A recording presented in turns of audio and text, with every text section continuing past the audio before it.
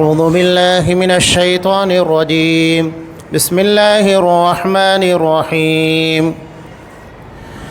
يا أيها الناس اتقوا ربكم إن زلزلة الساعة شيء عظيم يوم ترونها تذهل كل مرضعة عما أرضعت وتضع كل ذات حمل حملها وترى الناس سكارى وما هم بسكارى ولكن عذاب الله شديد.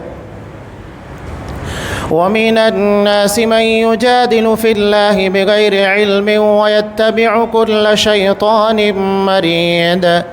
كتب عليه أنه من تولاه فأنه يضله ويهديه إلى عذاب السعير.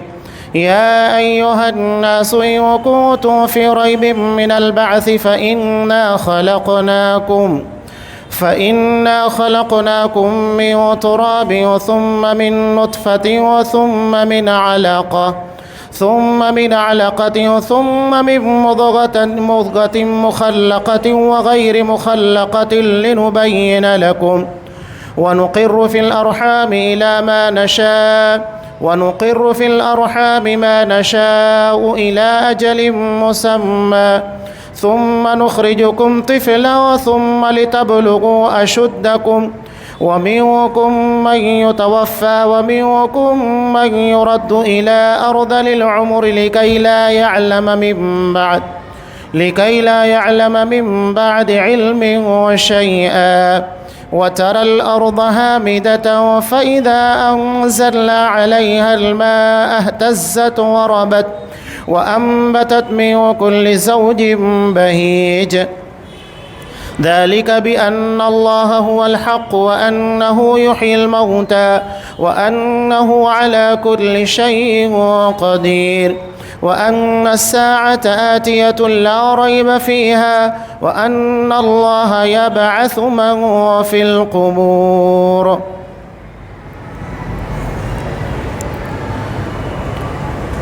لوگو اپنے پروردگار سے ڈرو، بلا شبہ قیامت کا زلزلہ بہت ہی بڑی چیز ہے. جس دن تم اسے دیکھ لوگے، ہر دودھ پلانے والی اپنے دودھ پیتے بچے کو بھول جائے گی اور تمام حمل والیوں کے حمل گر جائیں گے، اور تو دیکھے گا کہ لوگ مدہوش دکھائی دیں گے، حالانکہ در حقیقت وہ متوالے نہ ہوں گے. لیکن اللہ کا عذاب بڑا ہی سخت ہے. بعض لوگ اللہ کے بارے میں باتیں بناتے ہیں اور وہ بھی بے علمی کے ساتھ، اور ہر سرکش شیطان کی پیروی کرتے ہیں، جس پر قضائے الہی لکھ دی گئی ہے کہ جو کوئی اس کی رفاقت کرے گا وہ اسے گمراہ کر دے گا اور اسے آگ کے عذاب کی طرف لے جائے گا. لوگوں، اگر تمہیں مرنے کے بعد جی اٹھنے میں شک ہے تو سوچو، ہم نے تمہیں مٹی سے پیدا کیا، پھر نطفہ سے، پھر خون بستہ سے، پھر گوشت کے لوتھڑے سے، جو صورت دیا گیا تھا اور بے نقشہ تھا. یہ ہم تم پر ظاہر کر دیتے ہیں، اور ہم جسے چاہیں ایک ٹھہرائے ہوئے وقت تک رحم مادر میں رکھتے ہیں. پھر تمہیں بچپن کی حالت میں دنیا میں لاتے ہیں تاکہ تم اپنی جوانی کو پہنچو. تم میں سے بعض تو وہ ہیں جو فوت کر لیے جاتے ہیں، اور بعض بے غرض عمر کی طرف پھر سے لوٹا دیے جاتے ہیں کہ وہ ایک چیز سے باخبر ہونے کے بعد پھر بے خبر ہو جائے. تو دیکھتا ہے کہ زمین بنجر اور خشک ہے، پھر جب اس پر بارشیں برساتے ہیں تو ابھرتی ہے اور پھولتی ہے اور ہر قسم کی رونق دار نباتات اگاتی ہے. یہ اس لیے کہ اللہ ہی حق ہے اور وہی مردوں کو جلاتا ہے، اور وہ ہر چیز پر قدرت رکھنے والا ہے. اور یہ کہ قیامت قطعاً آنے والی ہے، جس میں کوئی شک و شبہ نہیں، اور یقیناً اللہ تعالیٰ قبر والوں کو دوبارہ زندہ فرمائے گا. سورہ حج آیت نمبر 1 سے آیت نمبر 7.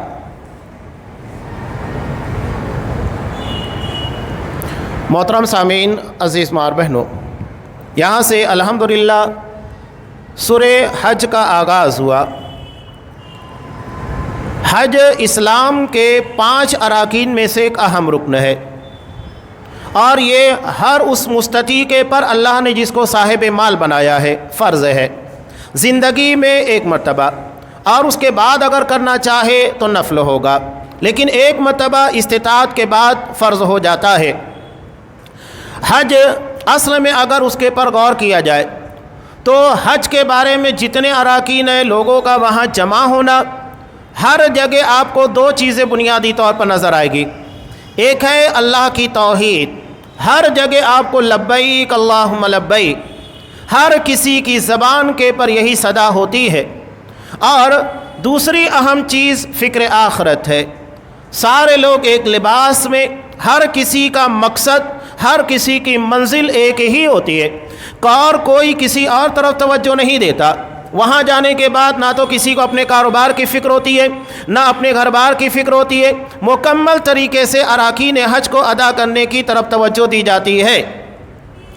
اور خاص طور سے حج کی فرضیت مالداروں کے پر ایک تو ظاہری طور پر سمجھ میں آتا ہے کہ وہاں تک آنے جانے کی استطاعت طاقت ہونا، اور دوسری بات جو سب سے اہم سبب ہے مالداروں کے پر اس کی فرضیت، اس لیے کہ مال کے آنے کے بعد ہی انسان دنیا کی طرف راغب ہوتا ہے۔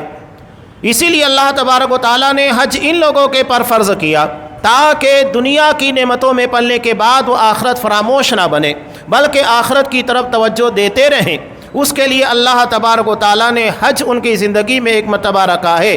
اور واقعتاً اگر کوئی حج جیسے ادا کرنا چاہیے اور جس طرح اس کے واجبات ہیں اور اس کے ذمہ داریاں ہیں، آپ صلی اللہ علیہ وسلم نے کہا کہ من حج فلم یرفث ولم یفسق، کہ جو حج ادا کرتا ہے اور اس میں کسی قسم کی بیہودہ بات، بے حیائی کی بات نہیں کرتا ہے، کوئی فسق کا کام، خلاف شریعت کام نہیں کرتا ہے، رجع کیوم ولدت امہ، تو وہ ایسے لوٹ کر آتا ہے گویا کہ اس کی ماں نے اسے آج ہی جنم دیا ہے، مکمل طریقے سے گناہوں سے پاک و صاف ہو کر لوٹتا ہے۔ حضرت عبداللہ بن عمر رضی اللہ تعالیٰ عنہ سے کسی نے سوال کیا کہ یہ بتاؤ کہ میرا حج اللہ کے یہاں پر قبول ہوا، اس کی کیا نشانی ہے؟ انہوں نے کہا کہ آسان سی بات ہے، تم حج سے پہلے کی زندگی اور حج کے بعد کی زندگی کے پر دھیان دو۔ اگر حج کے پہلے کی زندگی اور بعد کی زندگی میں بہت فرق آ چکا ہے، تبدیلیاں آ چکی ہیں، حج کے پہلے جو نیکیاں تم نہیں کرتے تھے وہ بھی کرنے لگے، حج کے پہلے جن گناہوں کا ارتکاب کرتے تھے انہیں چھوڑ دیا ہے، تو سمجھ لو کہ اللہ تبارک و تعالیٰ نے تمہارے حج کو قبول کر لیا۔ لیکن اگر حج کے ادا کرنے کے بعد یہ ساری تبدیلیاں نہیں ہو رہی ہیں، اس کا مطلب ہے تمہارا حج قبول ہی نہیں ہوا۔ یعنی حج اصل میں انسانی زندگی کے اندر انقلاب لاتا ہے، اور اگر انقلاب نہیں آیا تو پھر ایسے حج کا انسان کو کوئی فائدہ نہیں۔ اور یہی معاملہ تمام تر عبادات کا ہے، چاہے وہ نماز ہو، چاہے روزہ ہو یا زکوٰۃ وغیرہ، اگر اس کی بنیاد کے پر انسانی زندگی کے اندر تبدیلی نہیں آتی ہے تو پھر فائدہ نہیں ہے۔ اس کا مطلب یہ ہے کہ ہم ایک رسم ادا کر رہے ہیں، فریضہ اور ذمہ داری جس کی بنیاد کے پر ہماری زندگی کے اندر انقلاب اور تبدیلی آنی چاہیے وہ نہیں بجا لا رہے ہیں۔ سورہ حج کو اللہ تبارک و تعالیٰ نے 2 سجدوں کے ذریعے فضیلت عطا کی ہے۔ یہ قرآن مجید کی واحد سورہ ہے جس میں 2 سجدے ہیں، ایک ابتدا میں اور بالکل اخیر میں۔ بعض لوگ کہتے ہیں کہ سورہ حج کا جو دوسرا سجدہ ہے اس کے بارے میں لکھا جاتا ہے عمومی طور کے پر قرآن مجید کے اندر، آپ دیکھیے وہاں کیا لکھا ہوتا ہے، سجدۃ عند الشافعی، یہ سجدہ امام شافعی کے نزدیک ہے۔ کیا امام شافعی رحمۃ اللہ علیہ نے اس سجدے کو لازم قرار دیا؟ نہیں، وہ تو نبی کریم صلی اللہ علیہ وسلم کی حدیث کے مطابق ہے، ترمذی کی مشہور روایت ہے، جب آپ صلی اللہ علیہ وسلم نے سجدہ تلاوت 2 رکھا ہے تو ہم کون ہوتے ہیں اس ایک سجدے کو نہیں ماننے والے؟ یہی وجہ ہے کہ آپ دیکھیے کہ احناف کے یہاں قرآن مجید کے اندر جو مکمل سجدہ تلاوت ہے وہ 14 ہے، جبکہ آپ کاؤنٹ کریں گے اور سورہ حج کے 2 سجدوں کو شامل کریں گے تو 15 سجدہ تلاوت آتے ہیں، اور یہ پورے کے پورے قرآن مجید کے اندر ہیں، انہیں ماننا ہے۔ تو سورہ حج کے اندر اللہ نے 2 سجدے تلاوت رکھے، دونوں ہی مانا جائے گا، یہ نہیں کہ ایک سجدہ کرے اور دوسرے کو ترک کر دیا جائے۔ اب سورہ انبیاء اس کے پہلے جو تھی اور اس کا اختتام کس چیز کے پر ہوا تھا؟ وہی آخرت کے قائم ہونے سے متعلق۔ اب یہاں پر بھی سورہ حج کا آغاز اسی سے منسلک ہے۔ سورہ حج مدنی ہے یا مکی، اس بارے میں کافی اختلاف ہے۔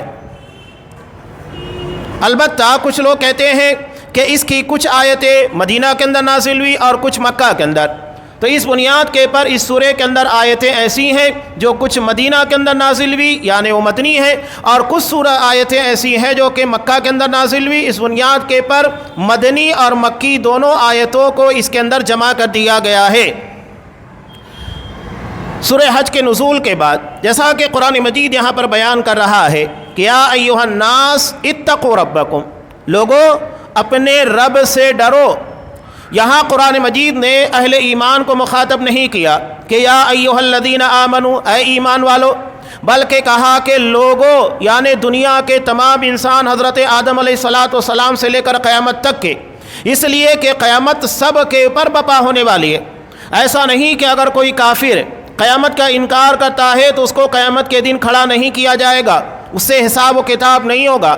جیسا کہ دنیا میں اگر کوئی اسلام کو نہیں مانتا ہے تو ٹھیک ہے، کوئی بات نہیں، دین کے معاملے میں کوئی جبر نہیں ہے۔ اب ایسی صورت میں نہ تیرے پر نماز فرض ہے، نہ زکوٰۃ فرض ہے، نہ روزے فرض ہے، کوئی چیز تمہارے پر فرض نہیں، اس لیے کہ فرضیت کے لیے اسلام کا قبول کرنا ضروری ہے۔ تو دنیا کی حد تک چھوٹ ہے، لیکن آخرت کے بارے میں کوئی شبہ نہیں، مانو یا نہ مانو قیامت آنے والی ہے۔ اسی لیے آگے قرآن مجید نے اس کے تعلق سے کہا وَأَنَّ السَّاعَةَ آتِيَةٌ لَا رَيْبَ فِيهَا، قیامت یقیناً آنے والی ہے، اس میں کوئی شبہ نہیں، کوئی شک نہیں، واضح طور کے پر کا۔ اور قیامت کا مطلب ہی یہ ہوتا ہے کہ قائم ہونے والی، یعنی آپ اسے مانیے نہ مانیے وہ یقیناً قائم ہوگی۔ جیسا کہ انسان اگر موت کا انکار کر دے تو اس کا مطلب یہ نہیں ہے کہ اس کے پر موت نہیں آئے گی، یقیناً اس کے پر موت آنے والی ہے، اس لیے کہ اللہ نے فیصلہ کر دیا کل نفس ذائقۃ الموت، ہر نفس کو موت کا مزہ چکھنا ہے، لہذا موت ہر کسی پر آئے گی، مسلمان ہو، کافر ہو، مشرک ہو، دہریہ ہو، ہر کسی کے پر آئے گی۔ یہی معاملہ قیامت کا بھی ہے، مانو یا نہ مانو یقیناً وہ آنے والی ہے، اس میں کوئی شبہ نہیں، ہر کسی کو اللہ کی بارگاہ میں پیش ہونا ہوگا۔ آگے قرآن مجید نے قیامت کے زلزلے کے تعلق سے کہا کہ ان زلزلۃ الساعۃ شیء عظیم، بلا شبہ قیامت کا زلزلہ بہت بڑی چیز ہے۔ قرآن اگر کسی کو عظیم کہہ رہا ہے تو یقیناً اس کی عظمت اور اس کے بارے میں جان لیجئے کہ وہ بڑی خطرناک اور ہولناک چیز ہوگی۔ قرآن ایسے ہی بلا وجہ کسی چیز کو بڑا بنا کر پیش نہیں کرتا۔ قرآن اگر کہہ رہا ہے کہ قیامت کا زلزلہ یہ بہت عظیم ہے تو یقیناً عظیم ہونے والا ہے۔ اب یہاں مفسرین دو طریقے سے اس باب میں کچھ باتیں بیان کرتے ہیں، جیسا کہ کچھ مفسرین اس ضمن کے اندر کہتے ہیں کہ اصل میں یہ اس وقت ہوگا جب کہ سور میں پھونک مارا جائے گا۔ سور میں پھونک مارے جانے کے بعد جو زلزلہ طاری ہوگا وہ بڑا بھیانک ہوگا، اس لیے کہ قرآن اس کے بارے میں کہتا ہے پہاڑ روئی کے دھنے ہوئے اون کی طرح اڑ رہے ہوں گے، یہ حالت ہوگی، یعنی دنیا کی جو سب سے طاقتور اور مضبوط چیز سمجھی جاتی ہے وہ دھنی ہوئی روئی کی طرح فضا کے اندر اڑ رہی ہوگی، تو سوچئے بقیہ چیزوں کا عالم کیا ہوگا۔ سائنسداں آج کہتے ہیں کہ زمین کی جو رفتار ہے یہ 66,600 میل فی گھنٹہ ہے، چاند اپنے رفتار کے ساتھ دوڑ رہا ہے، اور جب اتنی رفتار کے ساتھ دوڑنے والی چیزیں اس کے پر اللہ کی طرف سے کوئی سور پھونکے جانے کے بعد بڑا دھماکہ ہوگا تو سوچئے کہ وہ کتنا بھیانک اور کتنا شدید ہوگا۔ ہمارے یہاں پر بھی دیکھیے کہ بلاسٹ ہونے کے بعد اطراف کے علاقوں میں کتنی خطرناک ہولناکی مچ جاتی ہے۔ یہ قیامت صغریٰ ہے، ایک ہلکا سا منظرنامہ ہے جو ہم دنیا کے اندر دیکھتے ہیں، اور قیامت کا تو جو منظرنامہ ہے اس کی ہولناکی، اس کی خطرناکی وہ تو اللہ ہی بہتر جانتا ہے، جب واقع ہوگی تو کیا ہوگا۔ قرآن کہہ رہا ہے کہ وہ بڑا عظیم ہوگا قیامت کا زلزلہ، تو سمجھ لیجئے کہ وہ بڑا بھیانک اور خوفناک ہوگا۔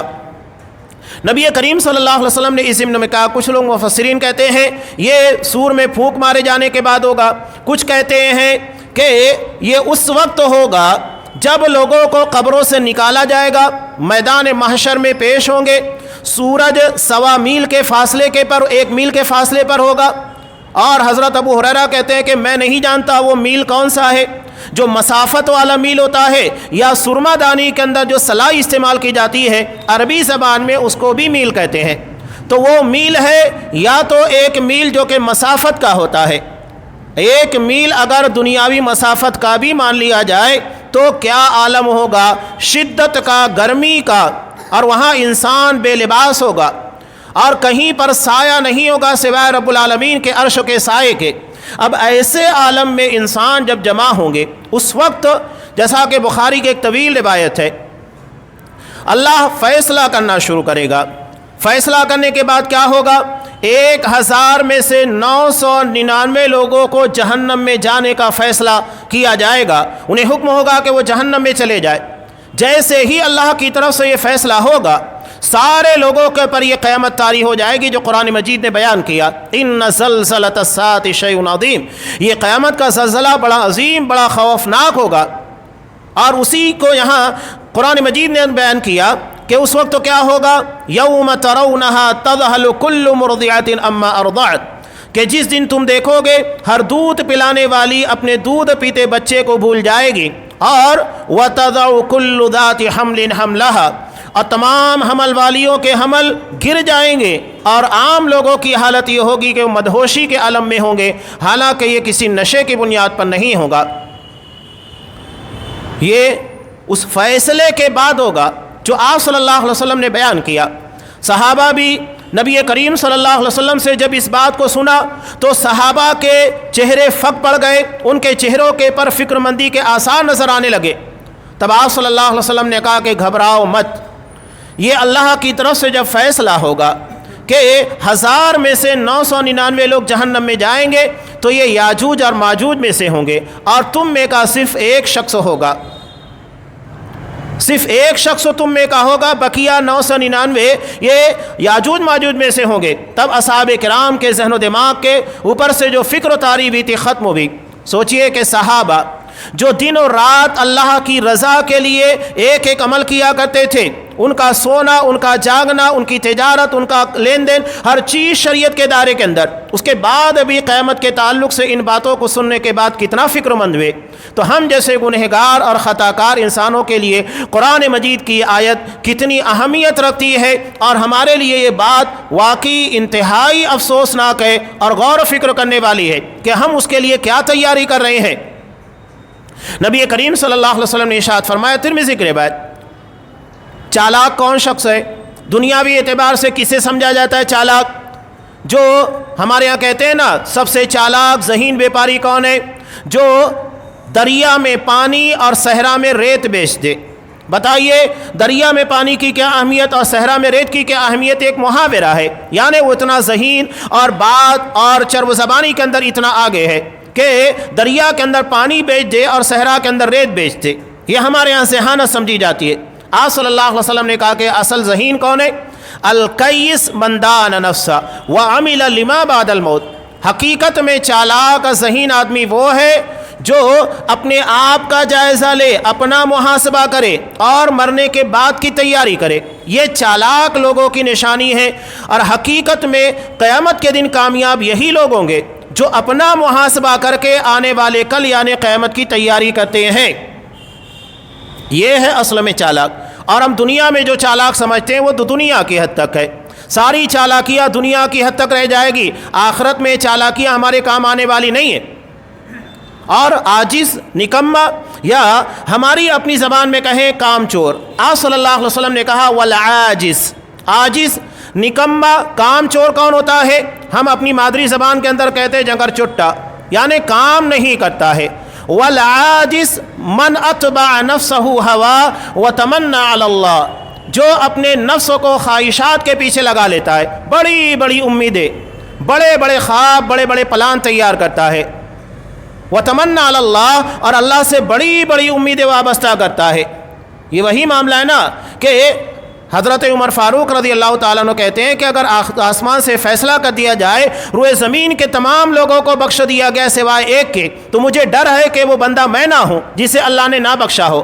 اس بات کو اگر ہم پلٹ دیں کہ آسمان سے اگر اللہ کی طرف سے فیصلہ ہو کہ روئے زمین کے تمام انسانوں کو عذاب کی گرفتوں میں لے لیا گیا ہے، وہ جہنم میں جانے والے سوائے ایک کے، تو سارے لوگ اپنے آپ کو سمجھے کہ وہ اکیلا شخص ہو، میں ہوں جس کو اللہ نے معاف کر دیا۔ صحابہ عمل کے کرنے کے بعد فکر مند رہا کرتے تھے، اور ہم بے عمل ہونے کے بعد بڑی بڑی امیدیں اور بڑے بڑے پلان، بڑے بڑے خواب دیکھنے والے لوگ ہیں۔ یہ فرق آپ صلی اللہ علیہ وسلم نے بتایا۔ حقیقت میں چالاک وہ ہے جو اپنے آپ کا محاسبہ کرتا ہے، اپنے آپ کا جائزہ لیتا ہے اور اس کے بعد مرنے کے بعد کی تیاری کرتا ہے، اور عاجز نکما وہ ہے جو اپنے آپ کو خواہشات کے پیچھے لگاتا ہے، بڑی بڑی تمنائیں اللہ سے قائم کرتا ہے۔ تو ہمیں ان چیزوں کے درمیان فرق رکھنا چاہیے۔ ہم آخرت کے اعتبار سے چالاک ہیں یا دنیا کے اعتبار سے؟ ہمیں یہ دیکھنا ہے کہ ہماری چالاکی ہماری دنیا سنوارتی ہے یا ہماری آخرت کو سنوارنے والی ہے۔ تو قرآن نے جو چیز بیان کی، آپ صلی اللہ علیہ وسلم نے کہا، صحابہ اس بات کو سننے کے بعد بڑے فکر مند ہوئے، اور جب آپ نے بیان کیا کہ نہیں یہ 999 یاجوج ماجوج میں سے ہوں گے، تب اصحاب کرام کے اوپر جو فکر و تاری ہوئی تھی کم ہوئی۔ اس کے بعد آپ نے کہا کہ گھبراؤ مت، مجھے امید ہے کہ تم اہل جنت کے 1/3 یعنی 1/3 ہوگے۔ اس کے بعد آپ نے کہا بلکہ مجھے امید ہے کہ تم نصف ہوگے، یعنی آدھے جنت میں رہنے والے تم ہوگے، بقیہ آدھے لوگ یہ حضرت آدم علیہ السلام سے لے کر تم سے پہلے کے جو افراد تھے وہ ہوں گے۔ سوچئے کتنا بڑا زمانہ، اور اس کے بعد امت محمدیہ، آپ صلی اللہ علیہ وسلم سے پہلے پتہ نہیں کتنے ہزاروں لاکھوں رسولوں کو اللہ نے مبعوث کیا، اور ان کی امتیں ہوں گی، ان کے ماننے والے ہوں گے، اہل ایمان ہوں گے جن کو جنت میں جگہ دی جائے گی۔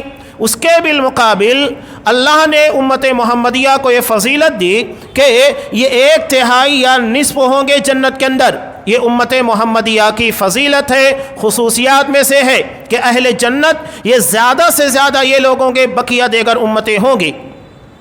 تو یہ جو دو تفسیر بیان کی جاتی ہے کہ سور کے پھونکے جانے کے وقت، یا تو اللہ کی بارگاہ میں جب بندے کھڑے ہوں گے اس وقت یہ عالم طاری ہوگا، دونوں بات اپنی جگہ پر صحیح ہے، اس لیے کہ یہ حوالہ کی اور یہ خوف، چاہے سور میں پھونک مارا جائے، جب ایک بڑا انقلاب آئے گا، زلزلہ طاری ہوگا، زمین کی تمام چیزیں ملیہ میٹ ہو جائیں گی، اور اس وقت تو بھی ہوگا، اور جب لوگوں کے نامہ اعمال کو پیش کر کے اللہ کی بارگاہ میں فیصلہ ہوگا وہ بھی بڑا عظیم دن ہوگا۔ دونوں چیزیں انسان کے پر خوف طاری کرنے والی ہے۔ یہاں قرآن مجید نے جو مثال دی سب سے بہترین مثال ہے۔ ایک ماں جب اپنے بچے کو دودھ پلا رہی ہوتی ہے، اسے اپنے بچے سے بڑا لگاؤ ہوتا ہے۔ رات کو اگر ایک آواز دیتا ہے، گہری نیند کے اندر ماں ہوتی ہے، بیدار ہو جاتی ہے، یہ اس بچے کی محبت ہے۔ اگر بچہ رونے لگتا ہے، اپنا کام چھوڑ کر بچے کے پیچھے لگ جاتی ہے، اس کی ضروریات پوری کرتی ہے، کیوں رو رہا ہے اسے دیکھتی ہے۔ یہ محبت ہے، یہ ممتا ہے۔ لیکن قیامت کا زلزلہ اتنا ہولناک اور خوفناک ہوگا کہ محبتوں کو کاٹ دے گا۔ یعنی ایک ماں اپنے بچے کی طرف جو کہ دودھ پیتا ہوا نہیں دھیان دے گی، محبتیں ختم ہو جائے گی، اور دوسری بات درد مٹ جائیں گے۔ ایک ماں جب اپنے بچے کو جنم دیتی ہے تو دنیا کی سب سے خطرناک اور شدید درد سے گزرتی ہے۔ ڈاکٹرز کہتے ہیں کہ اسے 20 ٹول درد ہوتا ہے، یعنی تقریباً 40 ہڈیوں کے ٹوٹنے کے برابر درد ہوتا ہے۔ اتنا درد ہوتا ہے ایک ماں کو بچے کی پیدائش کے وقت، یعنی وہ موت اور زندگی کے درمیان جوجھ رہی ہوتی ہے، ایسے میں وہ بچے کو جنم دیتی ہے۔ قرآن کہہ رہا ہے حمل والیہ وہ اپنے حمل کو ساکت کر دے گی، انہیں اس کی فکر نہیں ہوگی، بلکہ اس سے زیادہ خطرناک چیز ان کے سامنے قیامت کا زلزلہ ہوگا۔ یہ ساری مصیبت، سارے درد اور سارے فکروں سے ماورا ہوگا۔ انسان دنیا میں جو تکلیف یا جو محبت سوچ سکتا ہے، ساری محبتوں اور سارے درد سے اوپر ہوگا۔ قرآن اسی کو عظیم سے تعبیر کرتا ہے۔ اور عام لوگوں کی حالت کیا ہوگی؟ نشے اور مدہوشیوں کے عالم میں، وَتَرَى النَّاسَ سُكَارَىٰ، لوگ مدہوشیوں کے عالم میں ہوں گے، ایسا لگ رہا ہوگا کہ نشے میں ہیں، شراب پیے ہوئے ہیں، بیگانہ ہیں۔ قرآن کہہ رہا ہے وَمَا هُمْ بِسُكَارَىٰ، حالانکہ یہ نشہ حالانکہ مدہوشی کسی نشے کی بنیاد پر نہیں ہوگی، وَلَٰكِنَّ عَذَابَ اللَّهِ شَدِيدٌ، مگر اللہ کا عذاب بڑا شدید اور بڑا خطرناک ہوگا۔ اب قرآن نے ان چیزوں کو بیان کیا۔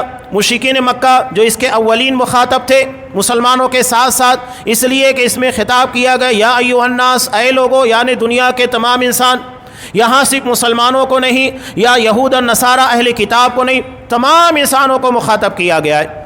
تو اس میں مشرکین مکہ بھی تھے۔ قرآن کہہ رہا ہے کہ اس کے باوجود بھی اللہ نے جو دلیل دی قیامت کیسے قائم ہوگی، اس کے بعد بھی یہ لوگ کا معاملہ کیا ہوگا؟ قرآن کہہ رہا ہے وَمِنَ النَّاسِ مَن يُجَادِلُ فِي اللَّهِ، لوگوں میں کچھ ایسے ہیں جو اللہ کے بارے میں جھگڑا کرتے ہیں، حجت پیش کرتے ہیں، کٹ حجتی کرتے ہیں، یہاں اللہ کے بارے میں یعنی اللہ کی ذات کے بارے میں نہیں، اس لیے کہ مشرکین مکہ تو اللہ کے اوپر ایمان رکھتے تھے نا، تبھی تو وہ نماز پڑھتے تھے اور حج عمرہ ادا کیا کرتے تھے، سب تھا، لیکن ان لوگوں کا اختلاف شرک میں تھا، یعنی وہ اللہ تبارک و تعالیٰ کے ساتھ ساتھ ان کے معبودوں کو بھی با اختیار اور تصرف کرنے والا مانتے تھے۔ اور ایک بڑی وجہ، بڑی خرابی ان لوگوں کے اندر کیا تھی؟ وہ آخرت کے منکر تھے، آخرت کو نہیں مانتے تھے، تو اس بارے میں وہ جھگڑا کرتے تھے۔ اسی کو قرآن مجید نے کہا اللہ کے بارے میں، اور ان کے پاس کوئی دلیل تھی؟ قرآن کہتا ہے بغیر علم، بغیر کسی دلیل کے اللہ کے بارے میں جھگڑا کرتے تھے، قیامت کے بارے میں بحث کیا کرتے تھے کہ اذا متنا وکنا ترابا ذلک رجل بعید، کہ مرنے کے بعد جب ہم مٹی میں سما جائیں گے، بوسیدہ ہو جائیں گے، ہماری ہڈیاں سورما ہو جائے گی، اس کے بعد ہم کو پیدا کیا جائے گا۔ قرآن کہہ رہا ہے بغیر علم کے، محض اپنی عقل، اپنے خیالات اور اپنی رائے کی بنیاد پر، ان ساری بنیادوں کے پر وہ جھگڑا کیا کرتے تھے۔ وَيَتَّبِعُ كُلَّ شَيْطَانٍ مَرِيدٍ، اور ہر سرکش شیطان کی پیروی کرتے تھے، وہ علم کی نہیں شیطان کی پیروی کرتے۔ قرآن صاف کہہ رہا ہے کہ اگر کوئی علم یعنی دلیل کے مطابق چل رہا ہے تو وہ شیطان کی پیروی سے بچا ہے، اور اگر کوئی دلیل اور حجت کے بغیر، علم کے بغیر کسی بھی چیز کے پر عمل کر رہا ہے تو یہ شیطان کی پیروی ہے۔ لہذا کوئی بھی عمل ہونا چاہیے تو دلیل کے مطابق ہونا چاہیے۔ باپ دادا یا فلاں ایسا کر رہا ہے، اتنے سارے لوگ ایسا کر رہے ہیں، یہ دلیل نہیں ہے۔ دلیل جو اللہ نے کتاب و سنت کی شکل میں اتاری ہے وہ دلیل ہے۔ کتب علیہ انہ من تولی، اتنے سارے دلائل کے بعد اگر یہ لوگ بغیر علموں کے شیطان کی پیروی کرتے ہوئے کٹ حجتی کرتے ہیں تو قرآن کہہ رہا ہے کہ ان لوگوں کے پر قضائے الہی لکھ دی گئی ہے کہ جو کوئی شیطان کی رفاقت کرے گا، اس کا ساتھ دے گا، وہ گمراہ ہوگا اور شیطان اسے آگ کی طرف لے کر جائے گا۔ اب یہاں قرآن نے قیامت کے قائم ہونے کی دو اہم دلیلیں پیش کی ہیں، ایک انسان کی اپنی ذات ہے اور دوسرے اس کی ذات کے باہر۔ بار بار قرآن ان چیزوں کو پیش کرتا ہے، دو دلیلیں۔ اس کی اپنی ذات کے اندر قرآن مجید کہتا ہے کہ ان کنتم فی ریب من البعث، اگر تمہیں مرنے کے بعد دوبارہ زندہ ہونے کے بارے میں شک ہے تو ٹھیک ہے، فإنا خلقناکم من تراب، ہم نے تمہیں مٹی سے پیدا کیا، یعنی حضرت آدم علیہ السلام کو مٹی سے بنایا، ثم من نطفہ، اور اس کے بعد یہ نسل کا سلسلہ نطفے سے شروع ہوا، جو تھوڑا، عربی زبان میں نطفے کا مطلب ہوتا ہے تھوڑا سا، اور وہ انتہائی قلیل ہوتا ہے، بلکہ ایک مرتبہ میں کئی ملین کیٹانو جرثومے نکلتے ہیں، اس میں سے ایک انسان بنتا ہے، اتنا معمولی جو ہماری نگاہوں سے نظر بھی نہیں آتا ہے۔ من نطفہ ثم من علقہ، اس کے بعد وہ خون بستہ ہو جاتا ہے، یعنی جمع ہوا خون بن جاتا ہے۔ اس کے بعد قرآن مجید کہتا ہے ثم من مضغہ، اس کے بعد وہ گوشت کے لوتھڑے کی شکل اختیار کر لیتا ہے، مخلقہ وغیر مخلقہ۔ مخلقہ کہتے ہیں یعنی اس کے پر ناک، نقشے، یہ جو انسانی ساخت ہوتی ہے وہ ساری چیزیں نمایاں ہو جاتی ہیں، جیسا کہ اس ضمن میں بخاری مسلم دونوں کی روایت ہے۔ آپ صلی اللہ علیہ وسلم نے کہا، حضرت عبداللہ ابن مسعود رضی اللہ تعالیٰ عنہ سے مروی، کہ انسان رحم مادر میں 40 دن نطفے کی شکلوں میں ہوتا ہے، اس کے بعد 40 دن علقہ بن جاتا ہے، جمع ہوا خون، اور اس کے بعد 40 دن مضغہ بن جاتا ہے، گوشت کا لوتھڑا بنتا ہے۔ جب یہ 40 دن کے پیریڈ پورے ہوتے ہیں، یعنی 4 مہینہ مکمل ہوتا ہے، اور اس کے نقش و نگار بنا دیے جاتے ہیں، شکل و صورت واضح کر دی جاتی ہے، تب اللہ کی طرف سے ایک فرشتہ آتا ہے جو لکھ دیتا ہے اللہ سے سوال کر کر کے، جسے ملک رحم کہا جاتا ہے، یعنی بچہ دانی کے پر متعین فرشتہ اللہ سے پوچھتا ہے اسے میں لڑکا بناؤں یا لڑکی، اللہ کا جو حکم ہوتا ہے بنا دیا جاتا ہے۔ اس کے بعد ہوتا ہے اس کی عمر کتنی ہوگی، وہی لکھ دی جاتی ہے، یعنی دنیا میں آنے سے پہلے ہی اس کی موت لکھ دی جاتی ہے کہ دنیا میں کتنا جیے گا۔ اس کے بعد نیک بخت ہوگا، بدبخت ہوگا، سب لکھ دیا جاتا ہے۔ لیکن اس کا مطلب یہ نہیں کہ اگر وہاں ہماری تقدیر کے اندر لکھ دیا کہ بدبخت ہوگا تو اس کا مطلب یہ ہے کہ ہمیں مجبور کیا جا رہا ہے، یا نیک بخت لکھ دیا گیا تو اس کا مطلب یہ ہے کہ ہمیں مجبور کیا گیا۔ یہ اللہ کا علم ہے، یہ تقدیر ہے جو انسان کی زندگی میں آنے سے پہلے ماں کے پیٹ میں لکھی جاتی ہے، اور یہ اللہ کا علم ہے۔ اور اللہ تبارک و تعالیٰ کا علم کامل ہے، وہ ہر چیز کو جانتا ہے۔ ان اللہ بکل شیء علیم، اللہ ہر چیز کو جانتا ہے۔ تو کیا اپنی مخلوق کے پیدا ہونے سے پہلے اس کے بارے میں سارا علم نہیں ہوگا؟ اگر کوئی یہ کہے کہ نعوذ باللہ اللہ تبارک و تعالیٰ کو ایک بندے کے بارے میں علم نہیں کہ یہ نیک بخت ہوگا، بدبخت ہوگا، تو وہ اللہ کے علم کے پر اعتراض کر رہا ہے کہ اللہ کو اس کے بارے میں علم نہیں ہے۔ وہ اللہ کے علم کو ناقص مانتا ہے، کامل نہیں مانتا۔ اللہ نے تو کائنات کے پیدا کرنے سے 50,000 سال پہلے ہی تقدیر کو لکھ دیا تھا۔ ترمذی کی روایت میں جس وقت اللہ کا عرش پانی کے پر تھا، سب سے پہلے اللہ نے قلم کو پیدا کیا، قلم کو پیدا کرنے کے بعد حکم دیا لکھ۔ اس نے کہا کہ کیا لکھوں؟ کہا کہ ساری تقدیر قیامت تک جو ہونے والا لکھ دے۔ لکھ دیا۔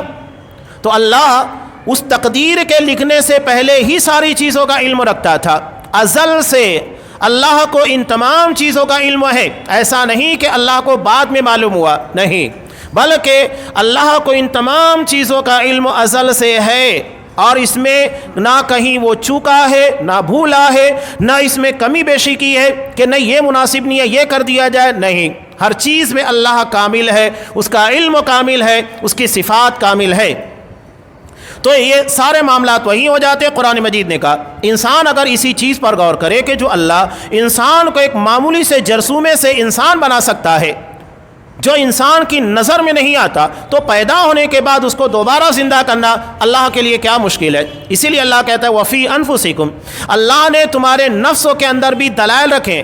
اب ہمارے یہاں ایک مسئلہ کیا ہوتا ہے، جو چیز ہماری عادت بن جاتی ہے، ہم دیکھتے ہیں کہ روزانہ سورج مشرق سے نکل رہا ہے، مغرب میں ڈوب رہا ہے، عادت بن گئی ہے، روز دیکھ رہے ہیں ایسا ہو رہا ہے، موسم بدلتے ہیں، سردی ہے، گرمی ہے، بارش ہے، تو ہم اس کے پر زیادہ غور نہیں کرتے۔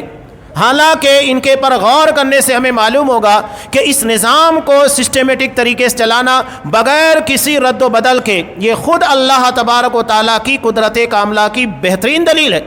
اسی لیے اللہ نے دوسری دلیل جو پیش کی ہے کہ وَتَرَى الْأَرْضَ حَامِدَةً، کہ تم زمین کو دیکھتے ہو کہ وہ چٹیل میدان بن جاتی ہے، اور اس کے بعد جب بارش اس کے پر نازل ہوتی ہے تو کچھ ہی دنوں کے اندر کومپلے پھٹنا شروع ہوتی ہے اور پورا میدان سبزی سے، شادابی سے بھر جاتا ہے۔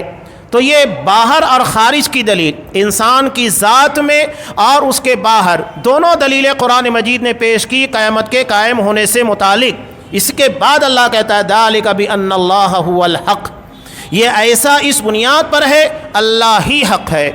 اللہ ہی حق کا مطلب کیا ہے؟ یعنی اللہ جو باتیں بتا رہا ہے وہ برحق ہے، قیامت آنے والی ہے، اور انسان دوبارہ پیدا ہوں گے یہ برحق ہے۔ جس طرح اللہ مردہ زمین کو زندہ کرنے پر قادر ہے، اسی طرح مردہ انسان کو زندہ کرنے پر قادر ہے۔ یہ ساری باتیں برحق ہے۔ وَأَنَّهُ يُحْيِي الْمَوْتَى، وہ مردوں کو زندہ کرے گا اور وہ ہر چیز کے پر قدرت رکھنے والا ہے۔ اور جب ان تمام چیزوں کو پیش کر دیا، اس کے بعد اللہ کہہ رہا ہے وَأَنَّ السَّاعَةَ آتِيَةٌ لَا رَيْبَ فِيهَا، کہ قیامت یقیناً آئے گی، اس میں کوئی شبہ نہیں ہے۔ وَأَنَّ اللَّهَ يَبْعَثُ مَن فِي الْقُبُورِ، اور اللہ جو قبروں میں ہے انہیں زندہ کرے گا۔